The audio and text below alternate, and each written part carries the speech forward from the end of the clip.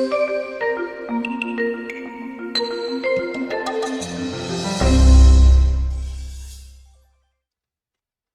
and welcome to another video from Ellensburg Amplifier Repair and Service. My name's Todd, and today we have a DC Audio 5K in for repair. I'm going to go over the general conditions of what happens when you short the output while the amplifier is running. So just a couple quick things. First, I did pull all the clips on this, and I have all the retaining screws out of the board. And I wanted to point out to you guys that sometimes you got to be careful on these boards as you think you can slide them out, but there's going to be a couple ground straps on this. The easiest way to tell where your ground straps are, you're going to have a little capacitor. Typically they're in the corners of the board. Let me get you to a different view here. Welcome to my one end of my workbench here. Well, a couple of benches. But typically what you're going to do is you're going to find yourself a little capacitor right in the corner of the board. And you're going to see that you're going to have a symbol, probably like this one here says G&D on this corner over here. And then over on this side, you're also going to find another section over here on the back corner. It has a little silk screen called G&D2. So those are grounds. Those are chassis grounds. So the best thing I can do to recommend is to slide the board out carefully one way or the other first. Let me see if I can get you in the view here without making too much of a mess. So the screw, you'll see it'll pop up right here. So there's one strap. Take that screw out. And then of course that is going to go in the bag. I always keep the trim screws and the cover screws and the end plate screws in a separate bag than the clips. Thermal paste. Thermal paste is all over these clips. This amplifier wasn't as bad. There are some amplifiers where the manufacturer just drenches the transistors in thermal paste, which, as we all know, thermal paste has a resistance based on thickness. So is that a good thing? Well, not so much. So then what we're going to do is we're going to slide the board the other way, and we're going to find the other screw. I'm going to try to do it in view of this camera here. So I'm going to slide it back the other way, and you can see just right here at the edge of the camera view here, there's another ground right here. So you want to be careful so that you don't jerk the board out too hard, because you'll rip the wire out of the board, or you'll break the screw. You'll just break something. Potentially. You won't break it every time, but you could break something. So what I'm going to do now is I'm just going to slide the board out of the heatsink, because I took all the transistors and you see they're scooted away from the heatsink. And the further back you bring them, the more clearance you're going to have on sliding the board out. These thermal pads that they use here are the really sensitive type. I don't even know what kind of material that is, but they rip and tear and it disintegrates. So you gotta be real careful of those kind of thermal pads. So let me get this board out real quick.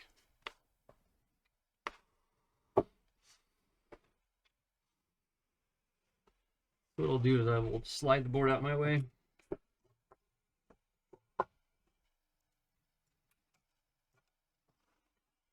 While holding the center of the board,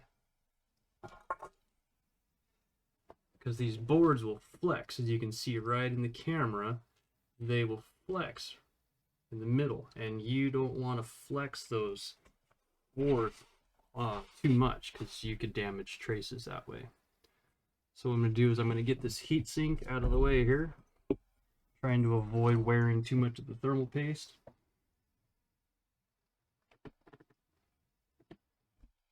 Thermal paste, once you get it on the trim or on the paint, it's a real bear to clean up. So I try to keep just as clean as possible work area. I mean, you got things, I guess, pile of parts here, Rockford Fosgate, gate driver transit. I mean, I've got parts laying around, but in general, I like to keep the area as clean as possible because this thermal paste gets everywhere.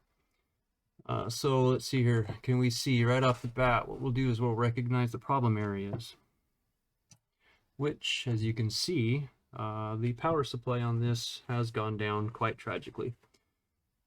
These are all 3205s, and just based on the condition of the gate resistors, these will all be replaced. Yeah, so we have 47 ohm gate resistors, multiple gate resistors that are just, they're cooked. They're no longer tan. They are either brown or black. So we're just going to strip the power supply. Let me get over, I see it on the output. Let me get you over here where we can see things. All right, so we're going to strip the power supply. We're going to, took out the drivers. This one actually turned to ash. As soon as I touched it, it disintegrated. I don't see a lot of trace damage on the top, which is good. I see a little bit down here on these drivers, but not too bad. I've seen a lot worse than that. So, like with most all repairs, the easiest thing, in my opinion, is to cut the transistors out. Leave the legs long enough for me to grab them with a pair of tweezers as I heat up the pins with my Hakko desoldering tool. And that's just how I go about doing this, is just cut all the transistors out. Don't reuse them, don't keep them. Where's my zip ties? I should zip tie this out of the way. Let's just, there. So,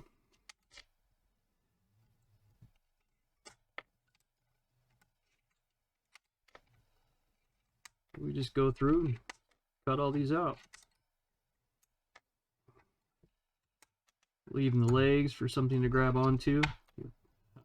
As we pull the legs out the board when we fire up the Hakko.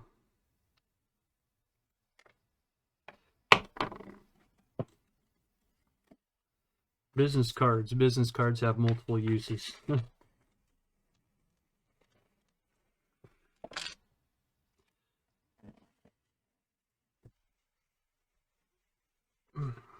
So, we just keep on going. Excuse the reach around the camera here. Actually, what I'll do is I'll give you a little different view here to show you a little side view of how I'm doing this. If you do amplifier repair regularly, it's best to have a bunch of these wire cutters. I have a box of them. I keep 10 or 12 of them at a time because it is just easier and quicker just to cut these out of here.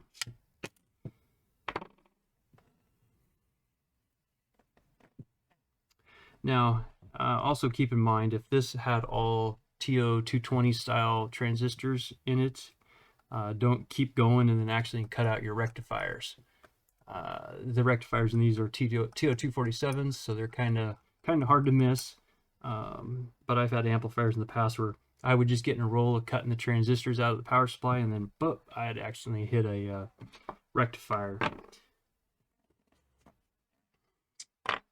And then you got to start replacing rectifiers. So, and rectifiers are, depending on the rectifier, are super hard to get. Again, another item that you should try to keep on hand is your various types of rectifiers.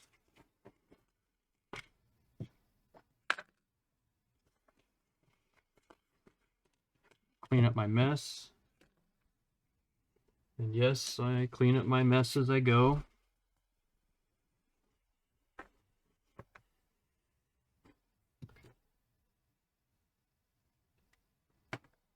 All right, now that's the power supply.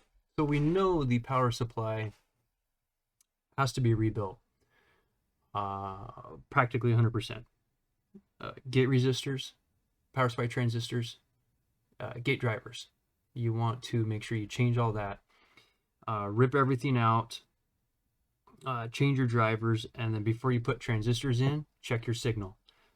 Fire up the board, make sure you have your proper square wave out of the 494 to each section, high and low, or I shouldn't say high and low, push and pull of each transformer. I've done it before where I would only spot check, but then I would miss a gate resistor or something, and then that transistor would heat up as I'm powering it up. So just check everything.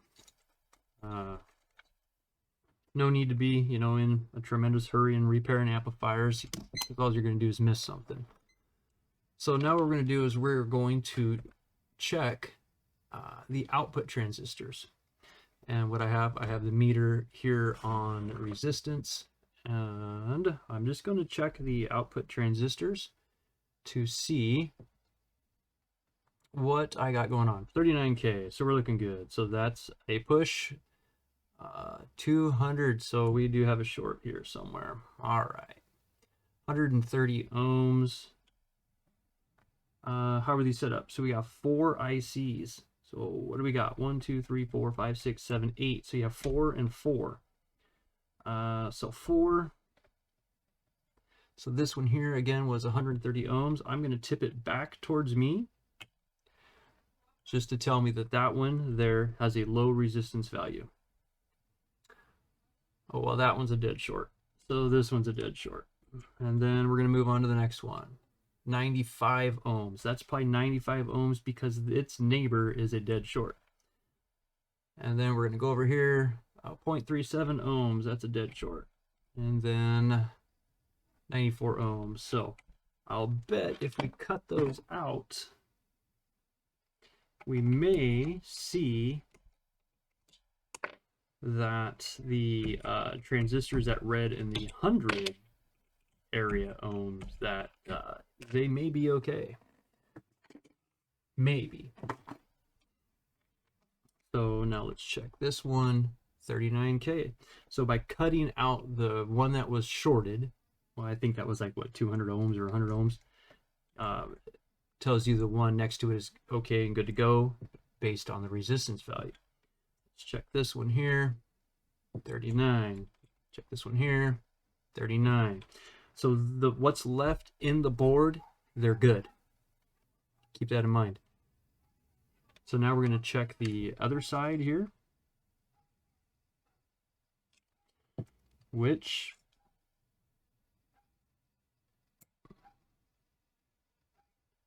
$250, $260,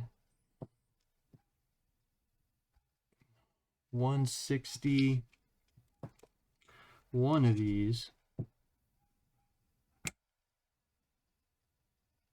260, 154. This one's lower. Of course, I'm going to tip back the ones that have the lower reading. That one's shorted. Tip that one back. 94. 300. And its neighbor is 395. So I'm going to tip the one that's back, that's 300. I always go to the one that has the lowest reading. 49, 49. So now I'm going to cut out the ones that I suspect are bad.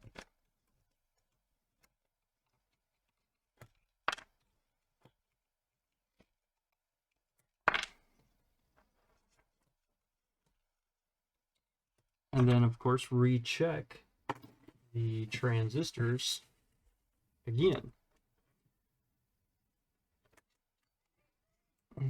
So there it is, 40, 49, 45.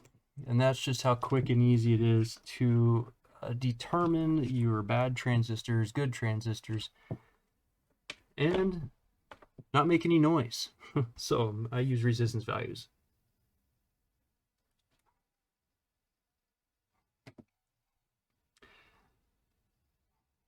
And that, here's what's left of the board. All the shorted output transistors are removed. Do we have a transistor left in each location? So 1, 2, 1 is left, 1, 2, 1 is left, 1, 2, 1 is left, and this is left. 1, 2, we got 1 here, we got 1 here, we got 1 here, 1 here. So technically, you could fire this output back up to test your gate drive because there's no more shorted transistors. So that instance where the owner had shorted the output bleeds while it was running did all this damage in a split second. This just fails dramatically, drastically. All the capacitance here as the output shorts gets just dumped and pulled, and a ton of current comes through the power supply, overloads power supply, and it's just a chain reaction from there. So what I'm going to do from here is I am going to, let's flip it over actually real quick and see if we have any trace damage on the bottom side. So we do have some areas that are a little toasty. We have, but it's not burnt, it's discolored. There's a difference between being discolored and burnt. So I will remove all these components and we will go over this with a fine-tooth comb and start putting things back in. So I will be right back with you.